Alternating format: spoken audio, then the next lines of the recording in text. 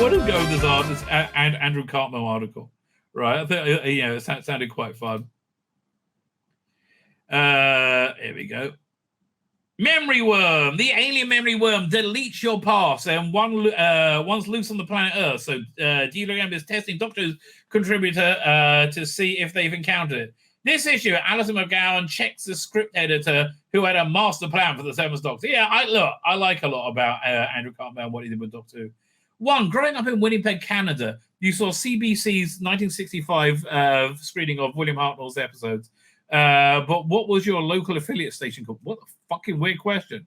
Channel 7 or CJAY TV, the independent station. So Channel 6 was CBC channel. Who cares? Half a point. Okay, this is a really weird article, right? It was CBWT Channel 6. Okay, fine.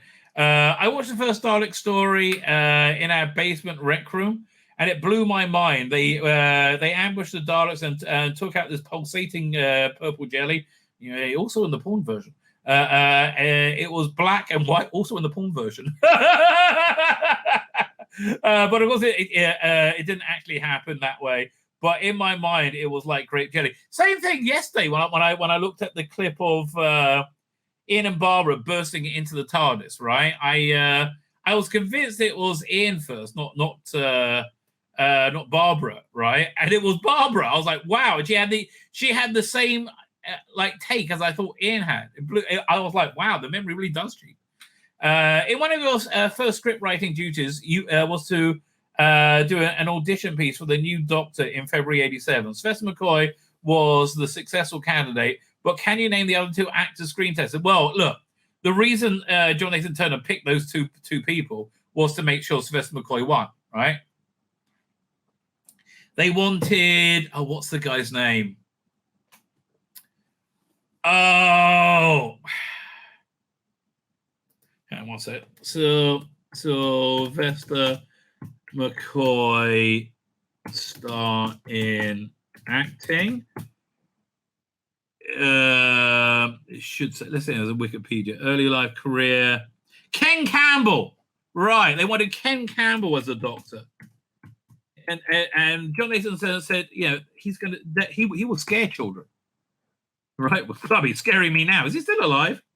No, he died about 10 years ago, right?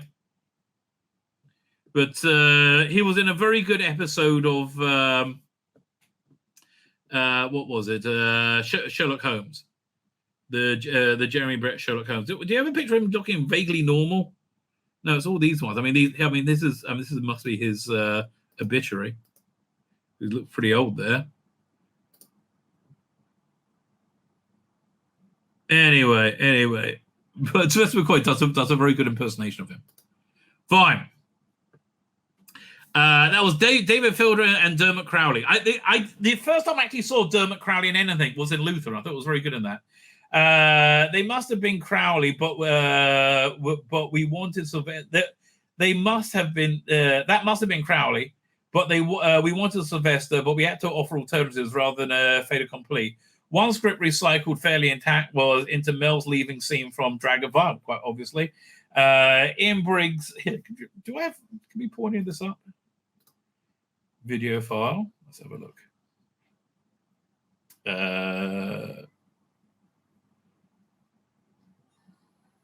Hang on.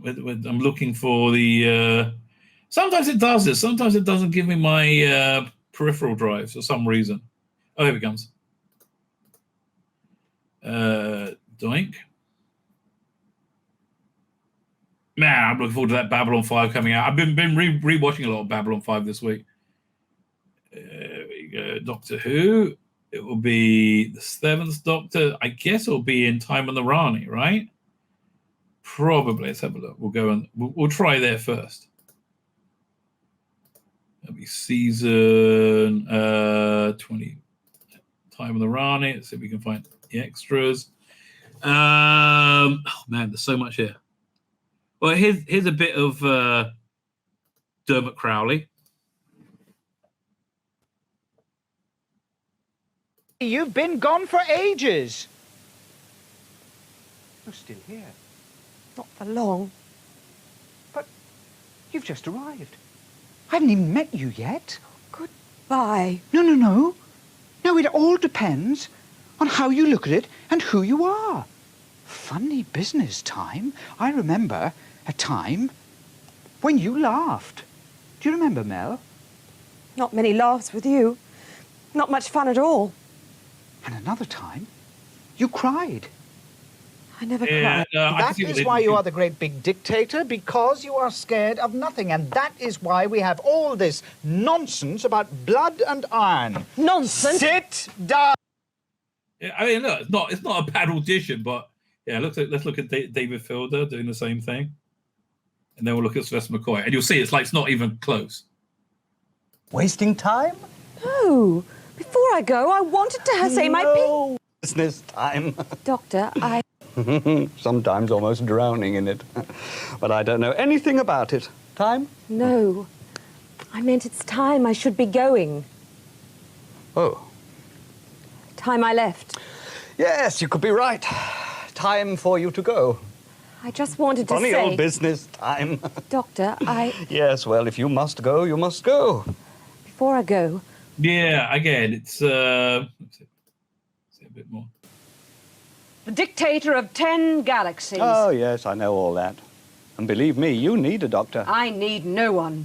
I have iron and I have fire. I am the great dictator. And you intend to save the universe. Through iron and... Yeah, okay, but now let's look at Sylvester McCoy, right? Which, again, it's not even close, right? It's not even close. It's crazy how much better it is. You're a pitiful, sentimental clown who enjoys crying over spilt milk. And spilt blood. But let's get on with the consultation. I was incredible. I mean, look, it's like it's magnetic straight away, right? It's absolutely magnetic. Did I ever see the Quentin Nimoy Audi car ad? No, I got to check that out. Look at that. Now, what is it exactly? You're scared of nothing. That's why we have all this blood and iron nonsense. Nonsense? Sit down! Shut up! And let me write this prescription. You know, you're badly ill, but it's not too late. Yeah. I can't read your writing. Stand here. And woman. Time to waste all this blood and iron nonsense. No time for war. No time for killing. Just time for this. Mel? I never cried. You're crying now.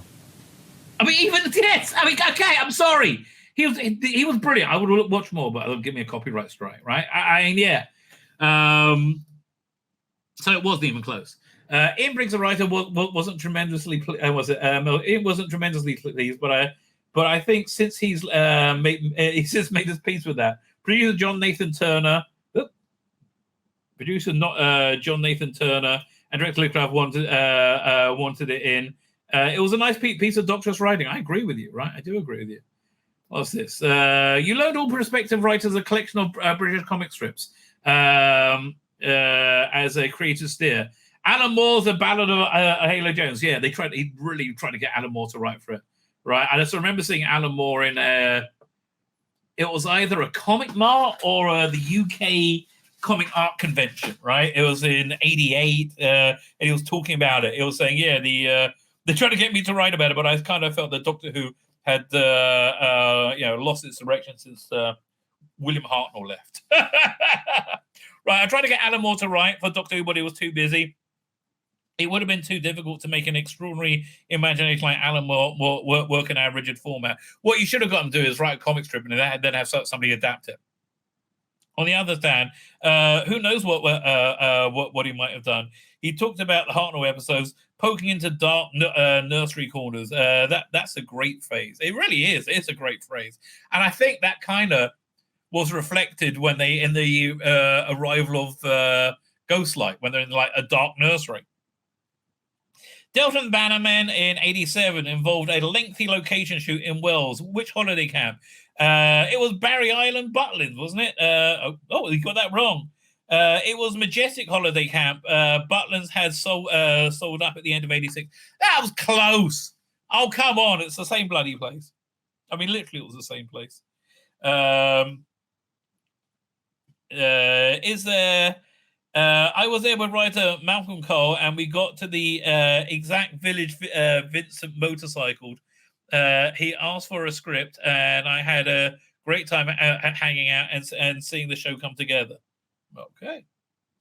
In Dragonfire, a guy suggests that the semiotic thickness of performance text varies according to its redundancy of its auxiliary performance codes. Right? Which academic textbook was that from? I'm not looking at the answer.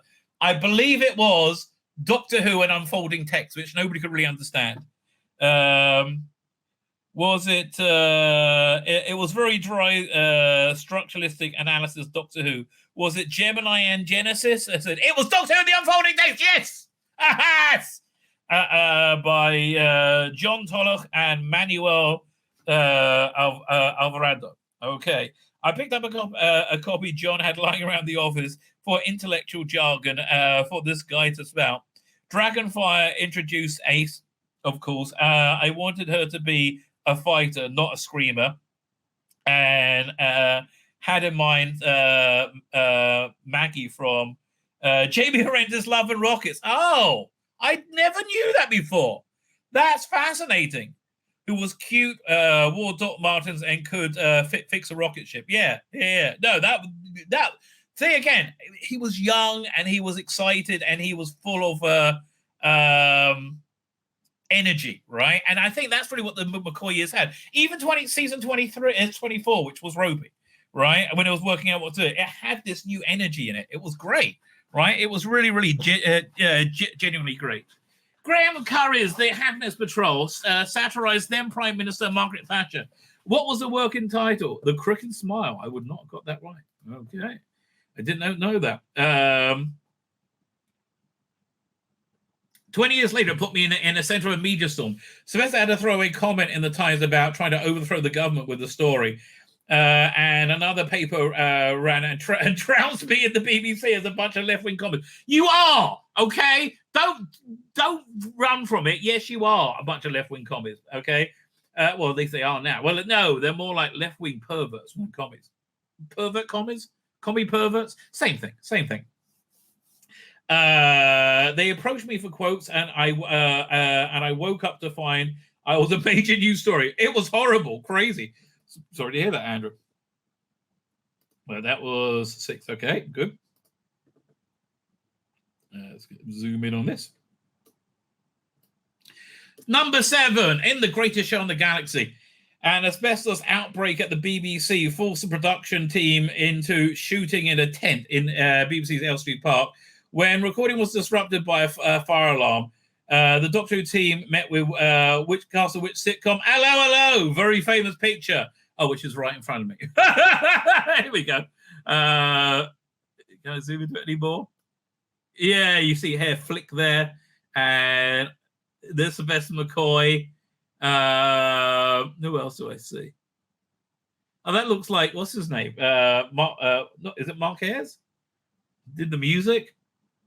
I think it might be.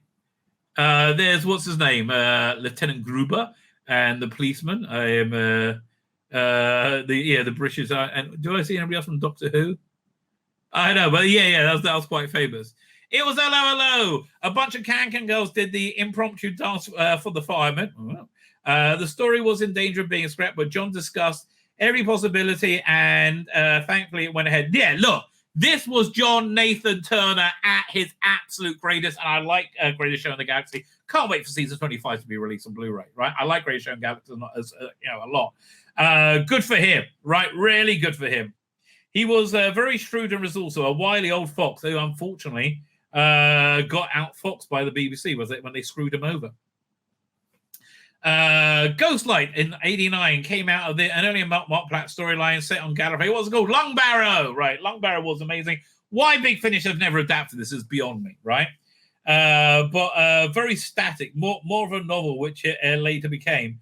But we found a way forward. Ghostlight was the very last recording of the original series, and afterwards we sat around waiting to find out what's happening. John and the show were being treated reprehensibly. Yes, Yes, they were being treated reprehensibly. And look, he has a story that he came in after being going to the what was it, ninth floor. The officers said they offered him Bergerac, but I said I'd only take it if I can recast, if I can fire John Nettles, then move it somewhere else. He wasn't offered Bergerac, right? That he was told he was fired, right? And I think he just said it was offered Bergerac to save face because he was treated abysmally, right? Abysmally. It was like a bad breakup. The BBC ghosted Doctor Who. Yeah, I mean, look, John, mate, you should have just left with when you're on a high with Peter Davison, right? Sad that you didn't. You had Seth McCoy's final sign-off voiceover to Ronan Mino's season closer Survival. Can you quote it? Well, did I have it? No, that was on the Thursday intro. Somewhere out there, there's a sea that dream, rivers that dream. There are people made a song. Come on, Ace, we got work to do. Close enough. There are worlds out there where the sky is burning. I wish I could get Capaldi to read this, right? And then Jodie. If you thought there are worlds out there where the sky is burning, oh, I'm not going to go there. I'll get my feet burned. And my head.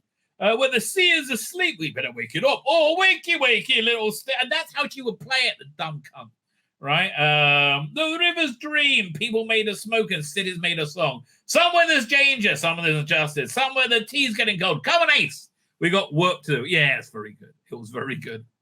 It was a good super alien stuff. John was aware of something. Something was up, and he caught me, and he got me to write that. And I think he certainly thought it might be the last episode ever. And it was to be written with that elegiac mood. I'm not sure what that means. Okay. Before leaving Doctor Who to script edit Casualty, you wrote several Doctor Who magazine comic strips, including Fellow Travelers. But who was the artist? Not Ron Swanson. Arthur Ranson. There you go. I was close. Not Ron Swanson. He had a lovely opening shot of the owl. Yeah, you ripped that right off from. You ripped that off from Cages by Dave McKean, I believe, right? Came out about the same time. Of an owl, and the Doctor's likeness was very good. I can't remember. It was Arthur Ronson. Like Swallows at Amazon, Arthur Ronson. I should have remembered that. Final score 5. That doesn't sound very good. Disgraceful, especially not knowing my own speech. Andrew's latest crime novel, Death in Fine Condition, is a mystery for the Paperback Sleuth. Is now available at the bookseller's bookseller list, and his Doctor Who diary memoir, Script Doctor, is available from 10acrefilms.bigcartel.com. Okay, so 10 out of 10 you get all clear, 6 out of 10 pass worm, contact possible, caution, recent worm connect. So yeah, he didn't do that well. Didn't he do well? No, he didn't, if I may quote Brucey. My name's Tzvi Lebetkin, the Rabbi from another planet. Please like, share, and subscribe, and ring that little bell. Ring the little bell so you're notified when new videos drop.